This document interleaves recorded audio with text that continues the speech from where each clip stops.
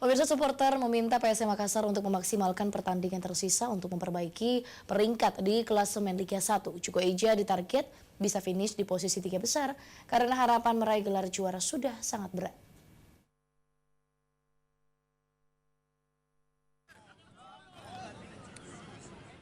Kekalahan PSM Makassar di pekan ke-23 Liga 1 semakin memperberat langkah Cuko Eja menuju juara. Ekspektasi untuk mengakhiri musim dengan gelar dan trofi sudah tidak memungkinkan. Bahkan Wiljan Pluim CS butuh kerja keras untuk bisa bertengger di papan atas. Saat ini skuad asuhan dari Hekalesik tercecer di posisi 9 klasemen sementara dengan membukukan 30 poin dari 21 pertandingan. Hasil tersebut dihitung dari 9 kali kemenangan, 9 kekalahan, dan 3 hasil seri.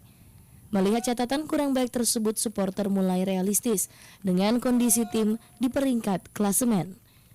Target juara di awal kompetisi berganti menjadi finish di posisi ketiga besar. Melihat klasemen sementara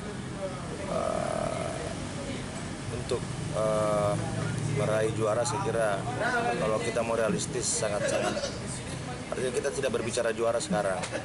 Melihat posisi posisi PSM sekarang yang masih berada di urutan ke-9 klasemen sementara, baru mengumpulkan 30 poin dari 21 kali main, artinya PSM masih menyisakan 13 pertandingan, 5 kali kandang dan 8 kali tandang. PSM Makassar diharapkan bisa memaksimalkan pertandingan tersisa untuk merebut poin sebanyak mungkin, minimal mengamankan poin sempurna di 6 laga kandang tersisa dan memperbaiki rekor buruk di pertandingan tandang.